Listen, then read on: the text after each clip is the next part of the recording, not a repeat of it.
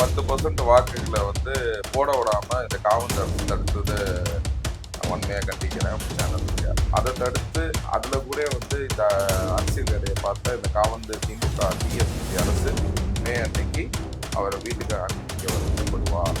75% 80% media வந்து பார்த்தீங்கன்னா திமுக கைதான், 20% media வந்து அதிமுக கைதான். ஓகேங்களா, ஒருத்தவங்க சொன்னாங்க வடபழனியிலேருந்து கிளாம்பக்கம் போகிறதுக்கு 4 மணி நேரம் வந்துச்சு சார். நான் தான் ஓட்டு போட முடியல, நீங்களும் அவங்க ஓட்டு போட்டுறாருன்னு சொன்னனால எங்கள் அம்மாவும் அப்பாவும் வந்து ரிசல்ட்டுக்கு போட்டாங்க சார். இந்த முதல்வர் வந்து ஒரு கேவலமாக வந்து பார்த்தீங்கன்னா நோன் சேஞ்சுன்னு சொல்லி அதை ப்ரொமோகண்டா பண்ணுறாங்க. சேகர் பாபு ஆளுங்க வராங்க அப்படின்னு சொல்லி ஒரு ஜேர்னலிஸ்ட் ஃபோன் பண்ணி சொன்னாங்க. அண்டா சேகர் பாபு ஆளுங்கன்னா வந்துட்டாங்க, இங்கே அடிச்சு எல்லாத்தையும் உதவோட போகிறாங்க அப்படின்னு என்னை மிரட்டி டிவிக்கு போட்டு அப்படின்னு சொல்லி ஒரு போலி கம்ப்ளைண்ட். இந்த கர்ப்பிணி பெண் என்ன போனப்போ அதை வேற தாக்க பண்ணாங்க. இது எல்லாமே எங்கே நடந்துச்சு? அந்த சர்வர் பாபு வந்து பார்த்தீங்கன்னா ஜெயிலில் சர்வர் பாபு தாவேக்காக்கு ஆதரவாக வந்தாலும் சரி, ஆதரவு இல்லாமல் வந்தாலும் சரி, நான் எந்த எக்ஸிட் போலுமே நான் வந்து கன்சிடர் பண்ணுறதே கிடையாது. 308 பூத்தில் வந்து பார்த்தீங்கன்னா ஒரு பூத்தில் இன்க்ரீஸ் ஆகும், ஒரு பூத்தில் டிக்ரீஸ் ஆகும்.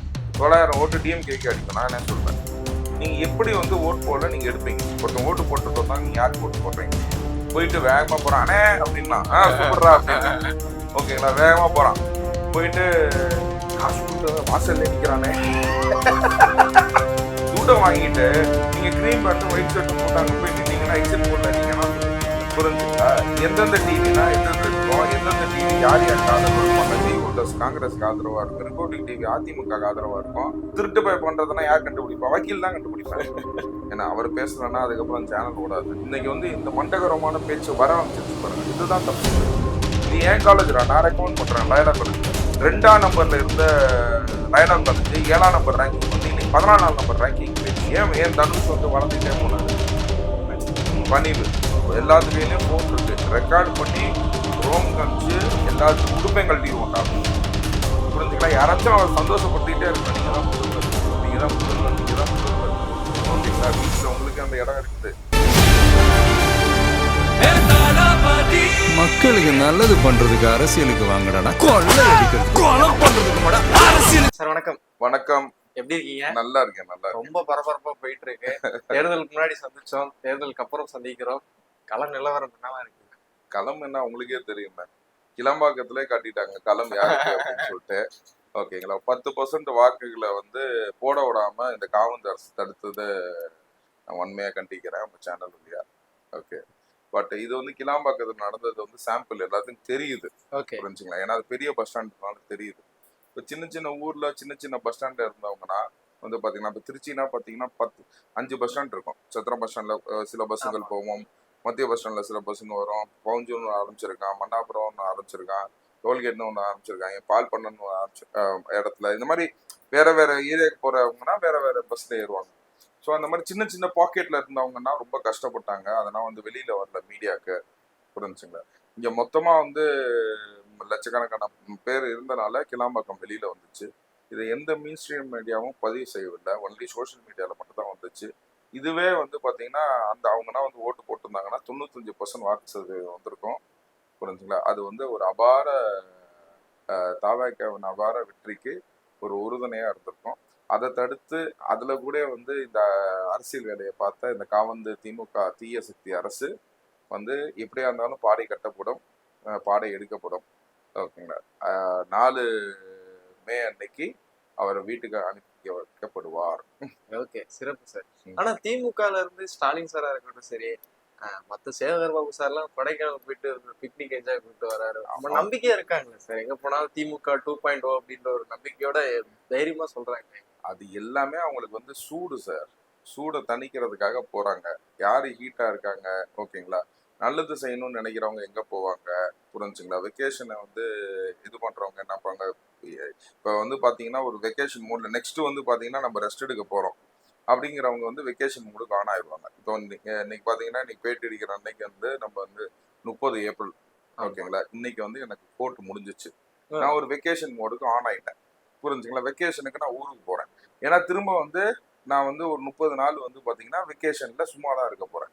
புரிஞ்சுங்களா, அவங்க 5 வருஷம் சும்மா இருக்கிறதுனால அவங்க வெக்கேஷன் போறாங்க. நெக்ஸ்ட் வேலை இருக்கிற தாவேக்கா தளபதி விஜய் என்ன பண்றாரு, கோயிலுக்கு போய் நல்லா சாமியெல்லாம் கும்பிட்டு திரும்ப வந்து வேலையை ஆரம்பிக்கணும்.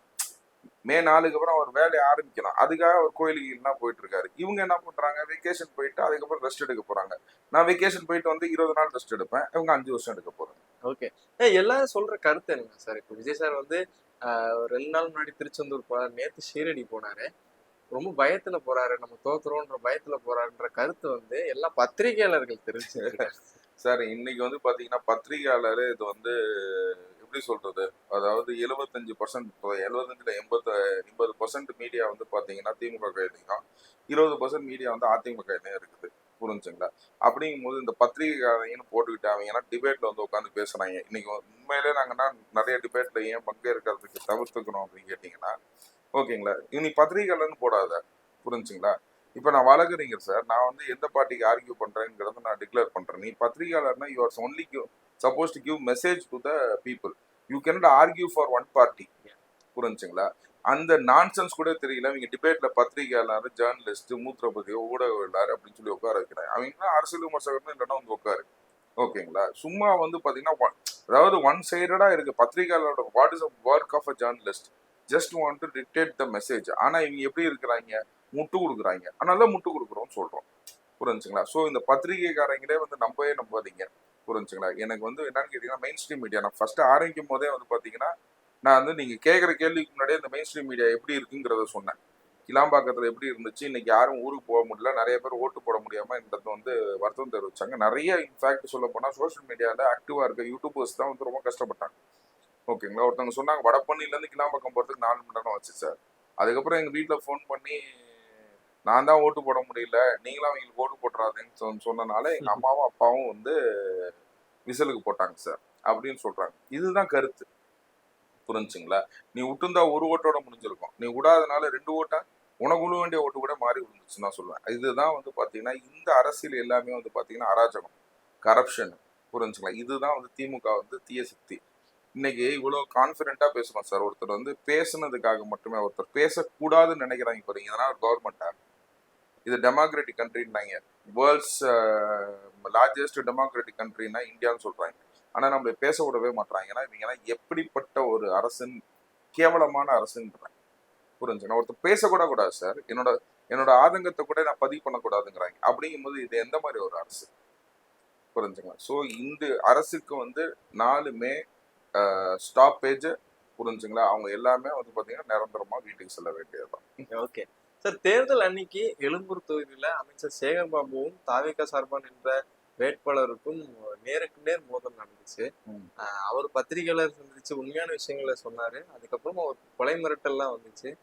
என்ன சார், ஒரு அமைச்சர் தேர்தல் அன்னைக்கு இந்த மாதிரி ஒரு வாக்குவாதத்திலயும் நேரடி சண்டை காட்சியில ஈடுபடுறாரு சார்? அது எழும்பூர்ல ஹார்பர் தொகுதியில எழும்பூர்ல ராஜ்மோகன் நிக்கிறாப்ல. இங்க வந்து அசோக் அப்படின்றவர். அசோக்ன்றவர் வந்து ஏற்கனவே ரஜினி ரசிகர் இருந்து நம்ம வந்து வந்தவர். புரிஞ்சுங்களா? இதுதான் வந்து இந்த கேடுகட்ட ஆளுங்களை தான் வந்து என்னன்னு கேட்டீங்கன்னா ஃபுல்லா ரவுடிசம். இன்னைக்கு அராஜகத்தை விரும்புறீங்களா? இன்னைக்கு வந்து திமுகவின் அராஜகத்தை தான் மக்கள் விரும்பல. புரிஞ்சுங்களா? இதுக்கு வந்து எப்படின்னு கேட்டீங்கன்னா, இதுக்கெல்லாம் பாருங்க, ஒண்ணு ஓட்டு போடும் போது அன்னைக்கு ஓட்டு வந்து என்னன்னு கேட்டீங்கன்னா போட்டோக்காக நோ நீட்னாரு. ஓகேங்களா?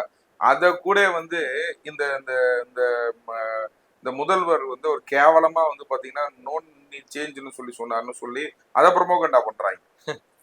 புரிஞ்சுங்களா? அதுக்கப்புறம் வந்து பாத்தீங்கன்னா அஜித்குமாரோட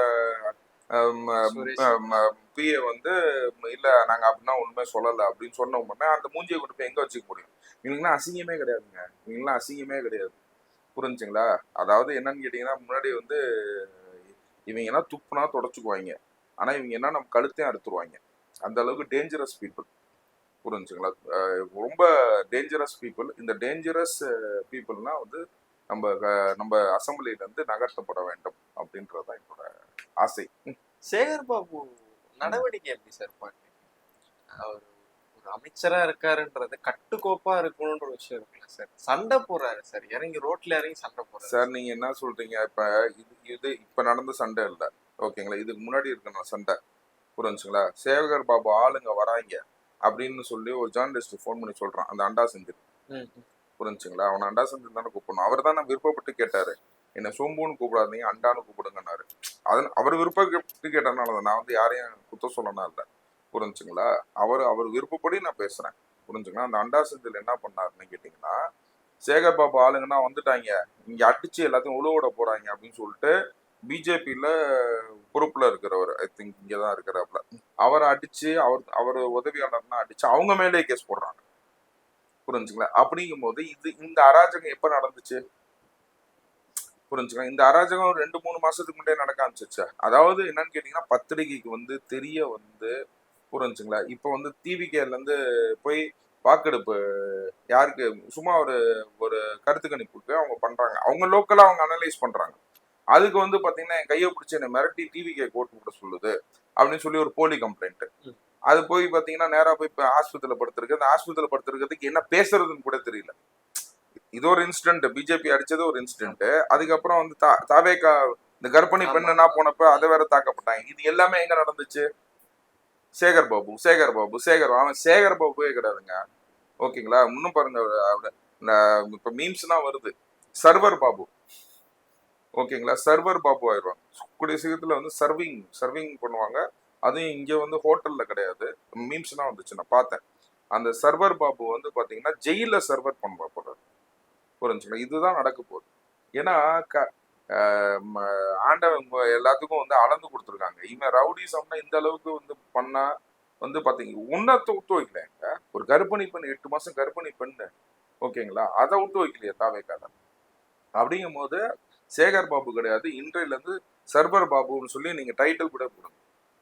ஓகேங்களா? சர்வர் பாபு, சர்வர் வந்து ஜெயில சர்வர், இங்க கிடையாது, அங்க அட்டிம்பாங்க. புரிஞ்சுங்களா? அட்டி சர்வர் பாபு அப்படின்னு வந்து பேரை மாத்திக்கலாம். Okay sir. சார், இப்போ நேத்து ரொம்ப பரபரப்பா பேசப்பட்ட இந்த எக்ஸிட் போல் தான்.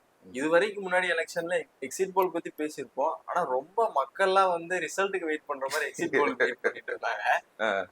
நேத்து வந்து அந்த என்டிடிவி ரிசல்ட்டா இருக்கட்டும் சரி, ரிபப்ளிக் டிவியோட ரிசல்ட்டா இருக்கட்டும் சரி, நிறைய கருத்துக்கள் இருந்துச்சு.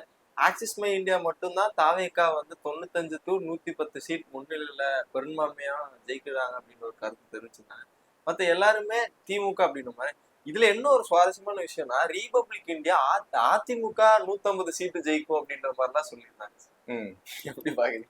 இல்ல, அது ஆக்சுவலா நான் வந்து பாத்தீங்கன்னா ரிபப்ளிக் வந்து ஒண்ணும் இல்ல, அந்த அர்னாப் கோசாமிங்கிறவன் இந்தியாவுக்கு ஏற்கனவே இந்த இந்தியா நீட்ஸ் நியூ அப்படின்னு சொல்றது, அது நான் ஏற்கனவே சொன்னேன் நேற்று. ஆக்சுவலா வந்து நான் வேற டிவி சேனல்ல பேசிட்டு இருக்கும்போது ரிபப்ளிக் டிவி இந்த சைடு வரணுமே, எப்படி இந்த சைடு வந்துச்சுன்னு கேட்டேன். இப்போ நீங்க வந்து தெளிவுபடுத்துறீங்க.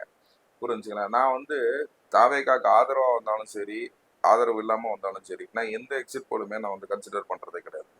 நம்பர் 1 என்னன்னு கேட்டீங்கன்னா, எக்ஸிட் போலுங்கிறது என்னன்னு கேட்டீங்கன்னா, மக்கள் ஓட்டு போட்டுட்டு வராங்க. அன்னைக்கு வந்து 23rd வந்து ரிலீஸ் ஆகும்னு சொன்னாங்க.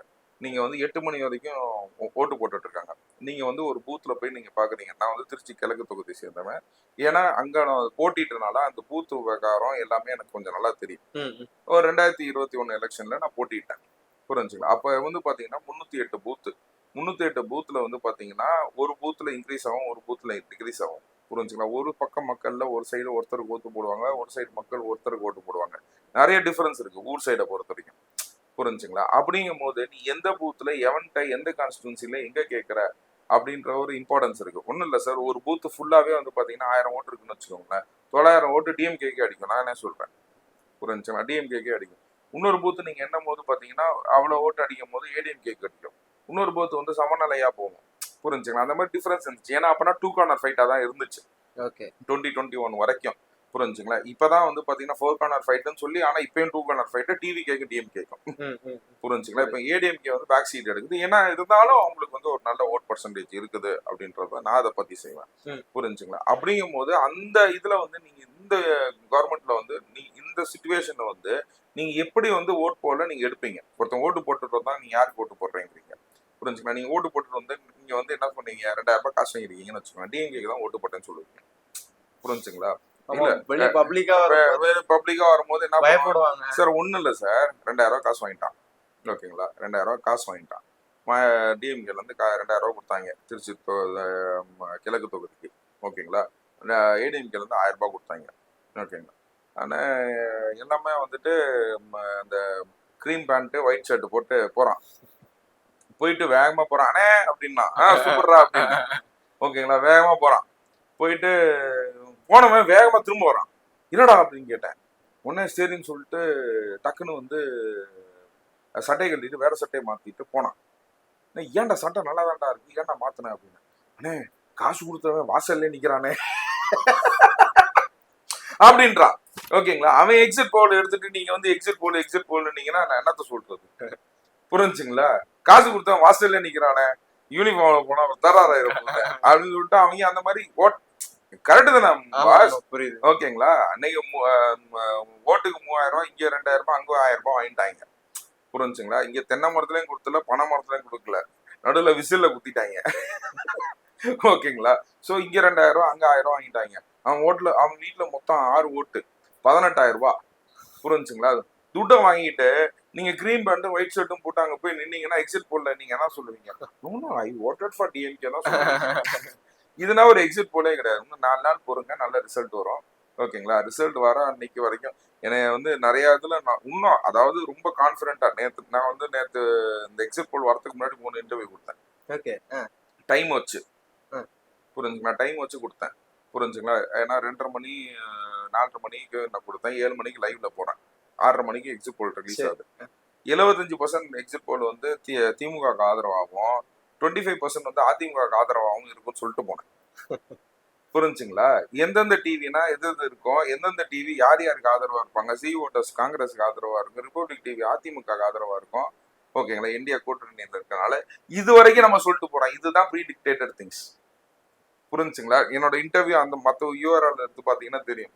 ஓகே, நேற்று வேந்த டிவியில லைவ்ல நான் போய் பேசும்போது இதுதான் சொல்றேன். ஓகே, புரிஞ்சுங்களா, ஏன்னா அதுக்கு முன்னாடி வந்து 3 சேனல்ல கொடுத்துட்டு போறோம். 3 சேனல்ல வந்து இன்டர்வியூ கொடுத்து செகண்ட் ஃப்ளோரு, அதுக்கப்புறம் இன்னும் 2 யூடியூப் சேனல்ல இன்டர்வியூ கொடுத்துட்டு இது ரெக்கார்ட் பண்ணிட்டு போறேன். அப்படிங்கும் போது எவ்வளவு கான்பிடென்டா நான் இருந்தேன் பாருங்க. இவ்வளவு கணிச்சிருக்கேனா இல்லையா? நான் எக்ஸிட் போலோட ரிசல்ட்ட கணிச்சிருக்கேனா இல்லையா? அப்படிங்கும் போது இவங்க பண்ற தலவாரித்தனத்தை யார் கண்டுபிடிப்பா? திருட்டு போய் பண்றதுன்னா யார் கண்டுபிடிப்பா? வக்கீல் தான் கண்டுபிடிப்பேன். புரிஞ்சுங்களா, வக்கீல் கண்டுபிடிச்சுதான் கோர்ட்ல செய்வேன் திருட்டு போயாங்க அப்படின்னு. புரிஞ்சுங்களா, அதனால தான் I was able to tell, I was able to guess, I was able to do it. புரிஞ்சுங்களா, திருட்டுத்தனத்தை வந்து கண்டுபிடிக்கிறது திருடன் தான். புரிஞ்சுங்களா, அந்த திருட்டுத்தனத்தை நம்ம கண்டுபிடிக்கிறது என் வேலை. ஸோ அதனாலதான் நான் வந்து எக்ஸிபிட் பண்ணிட்டு போனேன். 3 இன்டர்வியூ கொடுத்து எக்ஸிபிட் பண்ணிட்டு அதுக்கப்புறம் போய் லைவ்ல உட்காந்து பேசிட்டு வந்தேன். ஸோ அப்படிங்கும் போது இந்த எக்ஸிட் போல நான் பத்தி திரும்ப பேசணுமா? சரி, எனக்கு இப்போ அந்த மை ஆக்சிஸ் இந்தியாவோட கருத்து மட்டும் ரொம்ப தனித்துவமா இருந்துச்சு. கிட்டத்தட்ட தாவேகா வந்து 95 சீட் மேல பெரும்பான்மை இருக்கும் அப்படின்னு சொல்லிட்டு இது சம்பந்தமா நேத்து ரங்கராஜ் பாண்டே அவர்கள் ஒரு கருத்து ஒண்ணு தெரிவிச்சிருந்தாரு. அதாவது மித்த 4 சேனல்ஸ் எல்லாமே வந்து திமுக வந்து பெரும்பான்மை ஜெயிக்கும் அப்படின்னு சொல்லிட்டு மை ஆக்சிஸ் இந்தியா வந்துட்டு கொஞ்சம் வித்தியாசமா யோசிப்போம் அப்படின்னு சொல்லிட்டு அவங்க வந்து தாவேகாவை சொல்லியிருக்காங்க. நம்ம அவங்கள மாதிரியே இருக்கக்கூடாது, சும்மா நம்ம ஒரு அடிச்சு விடுவோம் அப்படின்ற கருத்தை வந்து மை ஆக்சிஸ் இந்தியா அடிச்சு விட்டுருக்காரு. அவர் என்ன சொன்னாரு, ஒரு சீட்டு கூட தாவேகா ஜெயிச்சிருச்சுன்னா நான் வந்து அரசியலே பேச மாட்டேன்னாரு. சேனல் எவ்வளவு வேலைன்னு கேளுங்க. சரிங்களா, உங்க சேனலோடய கேட்கலாம், உங்க சேனலோட மர்ஜர் பண்ணிக்கலாம், வேணாம்.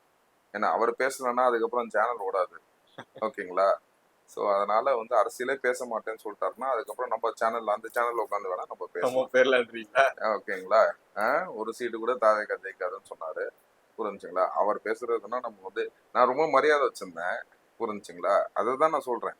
அதாவது என்னன்னு கேட்டீங்கன்னா, முட்டு கொடுக்கறது ரங்கராஜ் பாண்டே யாருக்கு பேசுவாருங்கிறது உங்களுக்கு தெரியும். புரிஞ்சுங்களா, இவர் வந்து அப்சல்யூட்டா வந்து என்டிஏ அலையன்ஸ்க்காக தான் பேசுவாரு. ஸோ அவரது வந்து நீங்க நேரம் நெத்திய பார்த்து பாண்டேன்னு பேரை படிச்சீங்கன்னாவே தெரியும். நம்ம தமிழ்நாட்டில் வந்துட்டு ஜாதி பேரை வந்து பின்னாடி போட்டுட்டு இருக்காங்க, அது ஏன் இஷ்டம் பாங்க. புரிஞ்சுங்களா, அந்த மாதிரி ஆளுங்களை நம்ம ஆதரிக்கவே கூடாதுங்க. பர்சனலா நான் வந்து ஐ எம் அகேன்ஸ்ட் திஸ். பர்சனலாவே I am against this. You tell your name is Rangaraj. இந்த தமிழ்நாடு தான் உனக்கு எல்லாம் கொடுத்துருக்கு. அப்படிங்கும் போது பாண்டேங்கிறத உன் ஊர்ல விட்டுட்டு வாப்பா, எதுக்கு இங்க எடுத்துட்டு வர அப்படின்னு. புரிஞ்சுக்கலாம், அந்த மாதிரி ஆளுங்களை ஆதரிக்கவே கூடாது. என்ன ஒரு ஒரு ஒரு ஒரு ஒரு வெஞ்சன்ஸ் பாருங்க, எனக்கு 20 லட்சம் சப்ஸ்கிரைபர் இருக்காங்க, எனக்கு இவ்வளவு ஓட்டுது. ஓகேங்களா, ஒருத்தன்ட்டு 5000 ரூபாய் கேட்டா கூட நான் உட்காந்தே சாப்பிடுவேன் அப்படின்றதுனா ஒரு மண்டகரமான பேச்சு. இன்னைக்கு வந்து இந்த மண்டகரமான பேச்சு வர ஆரம்பிச்சிருச்சு பாருங்க, இதுதான் தப்புங்கிறேன். இப்ப உதயநிதி நீங்க கேட்டீங்கன்னா, எப்ப நான் உதயநிதியை வந்து எனக்கு சுத்தமா பிடிக்காம போயிடுச்சுன்னா, இது ஏன் காலேஜ்ரா, நான் ரெக்கமெண்ட் பண்றேன் லயலா காலேஜ்ல லயலா காலேஜ் ஏன் காலேஜுங்க, நான் மைனாரிட்டி இன்ஸ்டிடியூஷனுங்க. நாங்களே போய் ஃபாதர் என்ன ஃபாதர் கொஞ்சம் பார்த்து பண்ணுங்க ஃபாதர், ஏழை பையன் ஃபாதர். லயலா காலேஜ் வந்து started for home, for minorities, for Dalit and for unprivileged students. நீ என்ன ரெக்கமெண்ட் பண்றது? Who are you? நீ அலுமினினா அலுமினியோட நிப்பாட்டிக்கோ, பாஸ் ஸ்டூடெண்ட்ஸ் குரூப்னா நீ பாஸ் ஸ்டூடெண்ட்ஸ் குரூப்போட நிப்பாட்டிக்கோ. இது ஏன் இன்ஸ்டிடியூஷன்? மைனாரிட்டி இன்ஸ்டிடியூஷன்ல we have to decide it. நீ என்னத்தை ரெக்கமெண்ட் பண்றேங்கிறது? நீ நீ என்ன வேணா இருக்கலாம். ஏன் இன்ஸ்டிடியூஷன்ல நீ வந்து மூக்க நுழைக்கும் போது தான் எனக்கும் வருது. ஐ ஆல்வேஸ் ஏன்னா நான் வந்து தமிழ்நாடு கிறிஸ்துவ கூட்டமைப்போட துணைத் தலைவர். We protect the interest of our institutions. இப்ப அப்படியே ஒத்து ஊதி தானே இந்த மாதிரி எங்க இன்ஸ்டிடியூஷனை 2ஆம் நம்பர்ல இருந்த லயலா காலேஜ் 7ஆம் நம்பர் ரேங்கிங் வந்து இன்னைக்கு 14ஆம் நம்பர் ரேங்கிங் போயிடுச்சு. இந்த மாதிரி ரெக்கமெண்டேஷன் ஸ்டூடெண்ட்ஸ் எல்லாம் தான் இந்த மாதிரி ஆச்சு. இந்த மாதிரி கர்வமா பேச ஆரம்பிச்ச உதயநிதி எனக்கு பிடிக்காம போச்சு. அப்படின்னா நீ என்ன ஆளு? ஏன் இன்ஸ்டிடியூஷன்ல வந்து கேட்கறது உன் கவர்மெண்ட் தான் நான் ரெக்கமெண்ட் பண்றேன் அப்படி இப்படின்னு எப்படி நீ பேச முடியும்? வெளிப்படையா இஸ் டெல்லிங் இன் இன்டர்வியூங்க. புரிஞ்சுங்களா? இதே ரங்கராஜ் பாண்டே இன்டர்வியூல கேட்க சொல்றாப்ல இந்த மாதிரி. அந்த மாதிரி இந்த கர்வம் ஏற ஆரம்பிக்குது பாருங்க. ஓகேங்களா? கர்வம் ஏற ஆரம்பிக்கும் போது நீ பணிவா இருக்கிற வரைக்கும் எதுவுமே இருக்காதுங்க. நிறைகுடம் தழும்பாது. புரிஞ்சுங்களா? அந்த கர்வம் ஏற ஆரம்பிக்குது பாருங்க. புரிஞ்சுங்களா? அப்ப நீ அழிஞ்சிருவ. இந்த உதயநிதி இதையோட அழிஞ்சாச்சு, முடிஞ்சிச்சு. புரிஞ்சா? ரங்கராஜ் பாண்டேக்கு இல்ல மெடிஸ்லோட வந்தான். புரிஞ்சுங்களா? அவ்வளவுதான். இது வந்து இந்த மனுஷங்களுக்கு வந்து இந்த கர்வம் வந்து ஏறவே கூடாது. நம்ம மேல ஏற ஏற ஏற வந்து என்னன்னு கேட்டீங்கன்னா பணிவு ஜாஸ்தியா வரணும். புரிஞ்சுங்களா? ஆனா இவங்களை ஏத்து நான் பேசுறதுனா நான் எனக்கு கர்வம் இல்லை, நான் சுட்டி காட்டுறேன். புரிஞ்சுங்களா? இப்படி செய்யக்கூடாதுன்ற சுட்டி காட்டினேன். புரிஞ்சுங்களா? ஏன் தனுஷ் வந்து வளர்ந்துகிட்டே போனாரு? பணிவு. பக்கத்து வீட்டு பையன் மாதிரி இருக்காரு ப்ரோடா. இன்ன வரைக்கும் நம்ம சொல்றோம். நம்மளே ஒன்று கூப்பிட்டு அப்பாயின்மெண்ட் கொடுக்க போது நம்மள்ட்ட ஒன்று பேச போறது இல்லை. நம்மளே வந்து அங்க போனா பார்க்க கூட முடியாது. ஆனா அந்த nature how they take themself அதுதான் வேணுங்க. அந்த பணிவை வந்து இழந்துடுறாங்க. இந்த பவரும் பணமும் வந்துருச்சுன்னு வச்சுக்கோங்களேன். ஓகேங்களா? இந்த மாதிரி பணிவை இழந்துடுறாங்க. இந்த மாதிரி இது வந்து பத்திரிகையாளர்களும் சரி, இந்த 4th எஸ்டேட்னு சொல்லிட்டு எஸ்டேட்டே வேணாண்டா, இவங்க எல்லாம் புறம்போக்கு, வேஸ்ட் லேண்ட், புறம்போக்கு, அப்படிதான் சொல்லணும். உதயநிதி அவர்களை பத்தி பேசிட்டு இருந்தீங்க. குடும்பமா வெளியூர் பயணம் சென்றிருக்காரு, துபாய் பயணம். துபாய் இல்லைங்க, துபாயில வெயில் அடிக்கும். துபாயில போயிட்டு என்னத்த பண்ண போறாரு? துபாயில இருக்கிறதே 4 தெருவு தான். புரிஞ்சுங்களா? அதே வேற அங்க இங்க வேற பிரச்சனையா இருக்குங்கிறாங்க. என்னத்துக்கு போய் துபாயில இருக்க போறாங்க? புரிஞ்சுங்களா? அவர் யூரோப்பே போயிட்டாரு. அங்கதான் குழுன்னு இருக்கும். புரிஞ்சுங்களா? துபாய் வழியால். புரிஞ்சுங்களா? நீங்க வந்து அவர்கிட்ட கேட்காம முடியும் துபாயில போய் என்ன பண்றீங்கன்னு. எதுவுமே நீங்க கேட்க முடியாது. ஏன்னா டெப்டி சிஎம் இல்ல, நீங்க எதுவுமே கேட்க முடியாது. அவர் 41 பேர் இறந்தப்ப வருவாரு. ஓகேங்களா? செத்துட்டாங்களா? போஸ்ட்மார்டம் எல்லாம் கரெக்டா பண்ணிட்டீங்களா? சர்டிபிகேட்லாம் ரெடி பண்ணியாச்சுல, எல்லாத்தையும் எரிச்சிருங்க அப்படின்னு ஆர்டர் போட்டு அடுத்த ஃப்ளைட் ஏறி துபாய் போயிடுவார். ஓகேங்களா? இன்ப சுற்றுலால மட்டுமே இருக்கிற ஒரு போஸ்ட்டுக்கு நீ எதுக்கு டெப்டி சிஎம்மா ஆகணுங்கிற? 4ஆம் தேதி எல்லாத்துக்கும் வந்து எழுதப்படுறது. ஓகே, கல்லறையில் எழுதுற வாசகம் மாதிரி முடிவரை இவங்களும் அரசியல் வாழ்க்கைக்கு எழுதப்படும். சிறப்பு சார். சார், இன்னைக்கு நிர்மல்குமார் அவர்கள் ப்ரெஸ் மீட் ஒன்று கொடுத்துருந்தாரு. கள்ள ஓட்டு நிறைய விஷயங்களா இருக்கட்டும், இந்த தேர்தல் ஆணையங்கிட்ட போயிட்டு திமுக நிறைய தகராறு பண்றதுக்கு ரெடியா இருக்காங்க ரிசல்ட் டே அன்னைக்கு, அவங்க வர ரிசல்ட்டை பார்த்துட்டு. அதே மாதிரி நிறைய சூழ்ச்சிகளும் அந்த மாதிரி விஷயங்களும் நிறைய இருக்குன்னு சொல்லி கேஸ் கொடுத்துருக்காரு, கம்ப்ளைண்ட் கொடுத்துருக்காரு. எப்படி பாக்குறீங்க சார்? என்ன இந்த பெட்டி மாத்திர விஷயங்கள் இதெல்லாம்? இல்ல சார், ஒன்னே ஒன்று சொல்றேன். இப்போ நான் சொன்ன போது லயலா காலேஜ்ல நம்ம அந்த ஒரு விஷயத்த நம்ம சொன்னோம். இந்த இது how the college is getting degraded அப்படின்ற ஒரு விஷயத்த நான் சொன்னேன். லயலா காலேஜ்ல ஒருத்தர் ஹார்ட் அட்டாக் வந்துருச்சு, ஆம்புலன்ஸ் வந்துச்சு, அதுல இருந்து 4 பொட்டி எடுத்துட்டு போயிட்டாங்கிறாங்க. அந்த அளவுக்கு நம்பிக்கை தன்மையே இல்லாம போயிடுச்சு சார். முன்னாடி வந்து நம்ம சாமியார், இப்ப ஜென்ரலா வந்து நான் மத ரீதியா நீங்க எடுத்துக்காதீங்க. புரிஞ்சுங்களா? ஏன்னா நிறைய சாமியார்கள் வந்து தப்பு பண்ணியிருக்காங்க அப்படின்றத நம்ம வந்து ஜோக்கா நிறைய இடத்துல சொல்லுவோம். ஓகேங்களா? தப்பு பண்ண சாமியாரை மட்டும் நான் மற்ற சாமியார்களை சொல்லலை, டிஸ்க்ளைமர் நானே போட்டுக்கிறேன். புரிஞ்சுங்களா? ஆனா இந்த ஃபாதர்ஸ் மேலனா நம்ம கொஞ்சம் ரெஸ்பெக்ட் வச்சிருந்தோம் பாத்தீங்களா? ஆனா இப்ப இங்க ஃபாதர்ஸே பயங்கரமா திருடுறாங்க அப்படின்னா நம்பிக்கை இல்லாம இருக்கிறாங்க. இப்ப சில ஃபாதர்னா என்ன சொல்றாங்கன்னு கேட்டீங்கன்னா, விண்ணில் இருக்க ஒரு ஆண்டவர் இயேசு கிறிஸ்து, மண்ணில இருக்க ஒரு ஸ்டாலினுங்கிறாங்க. செருப்பால் அட்றா அப்படின்னா, நான் செருப்பால் அடி அப்படின்னா, ஏண்டா நீ ஃபாதர் வேலை பாக்குறியா? நீ சர்ச்சில் வந்து ஆனா இன்னைக்கு ஒன்னே ஒன்று என்னன்னு கேட்டீங்கன்னா, நான் இந்த மாதிரி பேச ஆரம்பிச்சதுக்கு அப்புறம் தான் இந்த எலெக்ஷன்ல ஓகேங்களா எனக்கு ஒரு பெரும் பங்கு இருக்கு. புரியுங்களா? எந்த சர்ச்சிலையுமே வந்து டயஸ்ல நின்று எவனாச்சும் வந்து சொன்னீங்க அப்படின்னா ரெக்கார்ட் பண்ணிட்டேன்னா எல்லாத்துக்கும் ரோம்க்கு லெட்டர் எழுதிடுவேன்ட்டேன். புரிஞ்சுங்களா? எவனு ஏன்னா சார் எங்களுக்கு பீடத்துல வந்து நின்று நீங்க வந்து கர்த்தரை பத்தி மட்டும்தான் நீங்க பேசணும் சார். நீ பீடத்துல நின்று இந்த கட்சிக்கு ஓட்டு போட அந்த கட்சிக்கு ஓட்டு போடுன்னு சொல்ற நாய், நீ யாரா நீங்க? நாய் தான் அவனை சொல்லுவேன். அவன ஃபாதர் கீதர் எந்த மரியாதையும் கிடையாது. பீடம்ங்கிறது அவ்வளவு மரியாதையா இருக்கும். நம்ம அங்க போனோம்னா எப்படி சார், நம்ம தொட்டு கும்பிட்டு தானே சார் போறோம். புரிஞ்சுங்களா? அந்த அளவுக்கு நம்ம மரியாதை வச்சிருக்கும் போது அந்த இடத்துல வந்து நீ இந்த மாதிரி ஒரு வேலையை நீ பண்ணு அப்படின்னா ஓகேங்களா, உன்னை நான் எதுக்கு நான் ஃபாதர்னு கூப்பிடணும்? எதுக்கு நான் உன்னை ஃபாதர்னு கூப்பிடணும்? எதுக்கு உன்ட்ட பிளெஸிங் வாங்கணும்? ஸோ நீ கட்சிக்காரன் துண்டை போட்டுக்கிட்டு நீ அவன் போய் கட்சியில சேர்ந்துறேன் என்ன டேஷுக்கு இங்க வந்து நிக்கிற? ஏன் கோயிலோட யூஆர் டேட்டைனிங் மை சர்ச், நீ அசுத்தப்படுத்துற ஒரு சாயத்தை பூசுற. புரிஞ்சுங்களா? அப்படிங்கும் போது அந்த மாதிரி விஷயத்துலனா வந்து நாங்க தொடர்ந்து நிறைய வீடியோஸும் நிறைய நோட்டீஸஸும் நம்ம அனுப்பிச்சதுனால அதுவும் கடைசி நாள ஒரு வார்னிங் கூட கொடுத்தோம். எவனாச்சும் நின்று சொன்னீங்க, எல்லாத்து கையிலயும் போன் இருக்கு, ரெக்கார்ட் பண்ணி ரோம் காமிச்சு எல்லாத்து உடுப்பையும் கழட்டிடுவோம்டா அப்படின்னு.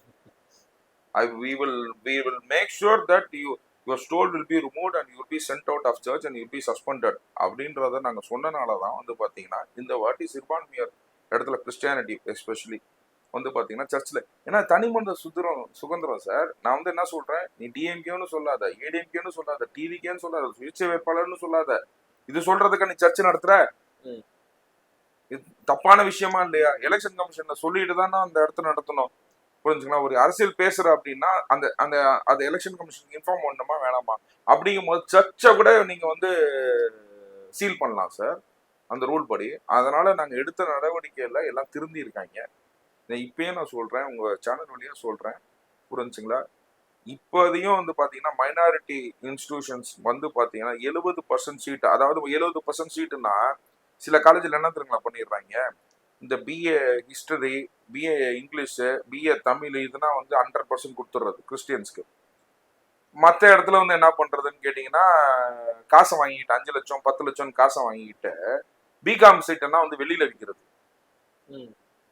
இந்த மாதிரி அயோக்கியத்தனம் இந்த வாட்டி பண்ணீங்க அப்படின்னா புரிஞ்சுங்களா, எல்லாரும் தோல் உரிக்கப்படுவீர்கள்.